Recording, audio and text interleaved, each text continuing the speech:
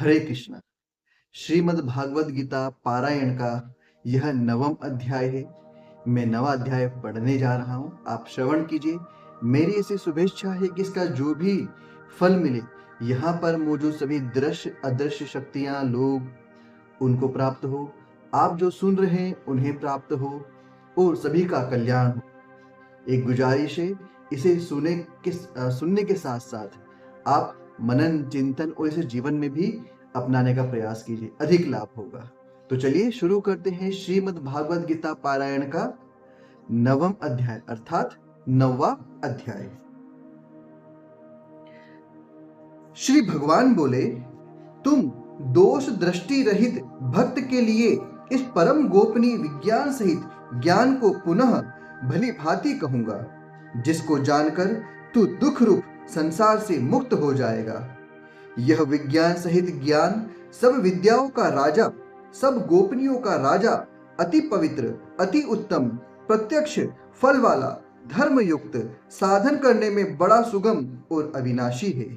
हे परंतप, इस उपयुक्त धर्म में श्रद्धा रहित पुरुष मुझको न प्राप्त होकर मृत्यु रूप संसार चक्र में भ्रमण करते रहते हैं।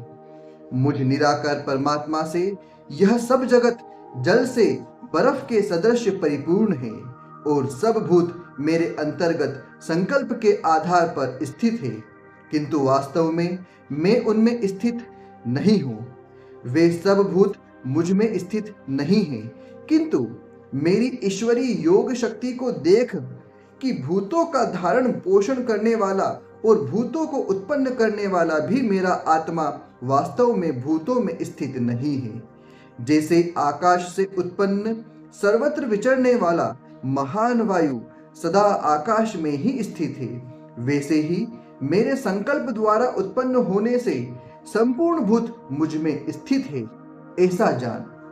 हे अर्जुन, कल्पों के अंत में सब भूत मेरी प्रकृति को प्राप्त होते हैं, अर्थात प्रकृति में लीन होते हैं, और कल्पों के आदि में उनको मैं फिर रचता हूँ। अपनी प्रकृति को अंगीकार करके स्वभाव के बल से परमतंत्र हुए संपूर्ण भूत समुदाय को बार बार उनके कर्मों के अनुसार रचता हूँ। हे अर्जुन, उन कर्मों में आसक्ति रहित और उदासीन के सदृश स्थित मुझ परमात्मा वे कर्म नहीं बांधते। हे अर्जुन, मुझ अधिष्ठाता के सकाश से प्रकृति चराचर सहित सर्व जगत को रचती है और इस हेतु से ही यह संसार चक्र घूम रहा है। मेरे परम भाव को न जानने वाले मूढ़ लोग मनुष्य का शरीर धारण करने वाले मुझ संपूर्ण भूतों के महान ईश्वर्य को तुच्छ समझते हैं, अर्थात अपनी योग माया से संसार के उद्धार के लिए मनुष्य रूप में विचरते हुए मुझ परमेश्वर को साधारण मनुष्य मानते हैं। वे व्यर्थ आशा, व्यर्थ कर्म और व्यर्थ ज्ञान वाले विक्षिप्त चित्त अज्ञानी जन राक्षसी, आसुरी और मोहिनी प्रकृति को ही धारण किए रहते हैं। परंतु हे कुंती पुत्र, देवी प्रकृति के आश्रित महात्मा जन मुझको सब भूतों का सनातन कारण और नाश रहित अक्षय स्वरूप जानकर अनन्य मन से युक्त होकर निरंतर भजते हैं। वे दृढ़ निश्चय वाले भक्तजन निरंतर मेरे नाम और गुणों का कीर्तन करते हुए तथा मेरी प्राप्ति के लिए यत्न करते हुए और मुझको बार बार प्रणाम करते हुए सदा मेरे ध्यान में युक्त होकर अनन्य प्रेम से मेरी उपासना करते हैं।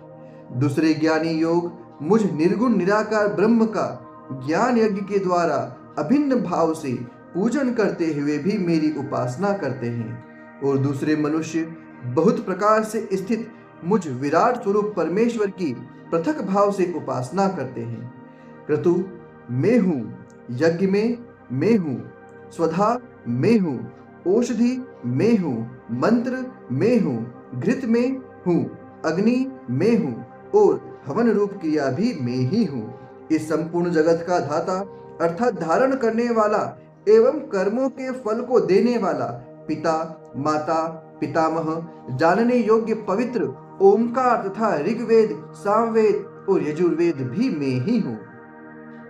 प्राप्त होने योग्य परम धाम, भरण पोषण करने वाला सबका स्वामी शुभाशुभ का देने वाला, सबका वास स्थान, शरण लेने योग्य, प्रत्युपकार न चाहकर हित करने वाला, सबकी उत्पत्ति प्रलय का हेतु, स्थिति का आधार, निधान और अविनाशी कारण मैं ही हूँ। मैं ही सूर्य से तपता हूँ, वर्षा का आकर्षण करता हूँ और उसे बरसाता हूँ। हे अर्जुन, मैं ही अमृत और मृत्यु हूँ और सत असत भी मैं ही हूँ।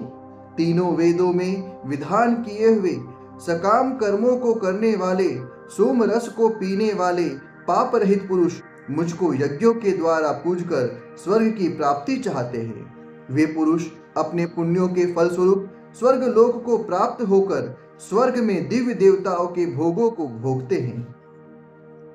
वे उस विशाल स्वर्ग लोक को भोग कर पुण्य क्षीण होने पर मृत्यु लोक को प्राप्त होते हैं। इस प्रकार स्वर्ग के साधन रूप तीनों वेदों में कहे हुए सकाम कर्म का आश्रय लेने वाले और भोगों की काम वाले पुरुष बार बार आवागमन को प्राप्त होते हैं, अर्थात पुण्य के प्रभाव से स्वर्ग में जाते हैं और पुण्य क्षीण होने पर मृत्यु लोक में आते हैं। जो अनन्य प्रेमी भक्तजन मुझ परमेश्वर को निरंतर चिंतन करते हुए निष्काम भाव से भजते हैं, उन नित्य निरंतर मेरा चिंतन करने वाले पुरुषों का योग क्षेम में स्वयं प्राप्त कर देता हूँ। हे अर्जुन, यद्यपि श्रद्धा से युक्त जो सकाम भक्त दूसरे देवताओं को पूजते हैं, वे भी मुझको ही पूजते हैं, किंतु उनका वह पूजन अविधि पूर्वक अर्थात अज्ञान पूर्वक है, क्योंकि संपूर्ण यज्ञों का भोक्ता और स्वामी भी मैं ही हूँ। परंतु वे मुझ परमेश्वर को तत्व से नहीं जानते, इससे गिरते हैं अर्थात पुनर्जन्म को प्राप्त होते हैं। देवताओं को पूजने वाले देवताओं को प्राप्त होते हैं, पितरों को पूजने वाले पितरों को प्राप्त होते हैं और भूतों को पूजने वाले भूतों को प्राप्त होते हैं, और मेरा पूजन करने वाले भक्त मुझको ही प्राप्त होते हैं। इसलिए मेरे भक्तों का पुनर्जन्म नहीं होता। जो कोई भक्त मेरे लिए प्रेम से पत्र, पुष्प, फल, जल आदि अर्पण करता है, वह शुद्ध बुद्धि निष्काम प्रेमी भक्त का प्रेम पूर्वक अर्पण किया हुआ वह पत्र पुष्पादि में सद्गुण रूप से प्रकट होकर प्रति सहित खाता हूँ। हे अर्जुन, तू जो कर्म करता है, जो खाता है, जो हवन करता है, जो दान देता है और जो तप करता है, वह सब मेरे अर्पण कर। इस प्रकार जिसमें समस्त कर्म मुझ भगवान के अर्पण होते हैं, ऐसे संन्यास योग से युक्त चित्त वाला तू शुभाशुभ फल रूप कर्म बंधन से मुक्त हो जाएगा और उससे मुक्त होकर मुझको ही प्राप्त होगा। मैं सब भूतों में समभाव से व्यापक हूँ, न कोई मेरा अप्रिय है और न प्रिय है, परंतु जो भक्त मुझको प्रेम से भजते हैं वे मुझ में ही और मैं भी उनमें प्रत्यक्ष प्रकट हूँ।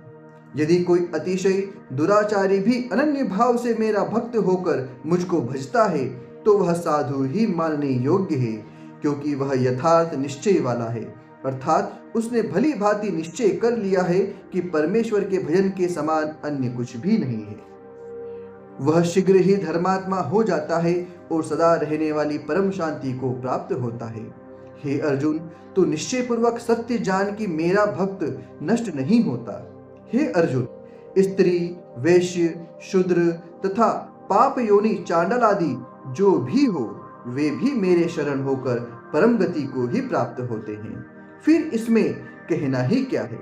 जो पुण्यशील ब्राह्मण और राजर्षि भक्तजन मेरी शरण होकर परम गति को प्राप्त होते हैं, इसलिए तू सुख रहित और क्षण भंगुर इस मनुष्य शरीर को प्राप्त होकर निरंतर मेरा ही भजन कर। मुझ में मन वाला हो, मेरा भक्त बन, मेरा पूजन करने वाला हो, मुझको प्रणाम कर। इस प्रकार आत्मा को मुझ में नियुक्त करके मेरे परायण होकर तो मुझको ही प्राप्त होगा। ओम तत्सदिति। श्रीमद्भगवत सुपनिषद उत्सु ब्रह्म विद्यायां योग शास्त्रे श्री कृष्ण अर्जुन संवादे राज विद्या राज गुहा योगो नाम नवम अध्याय समाप्तम। इस प्रकार यह नवम अध्याय समाप्त हुआ।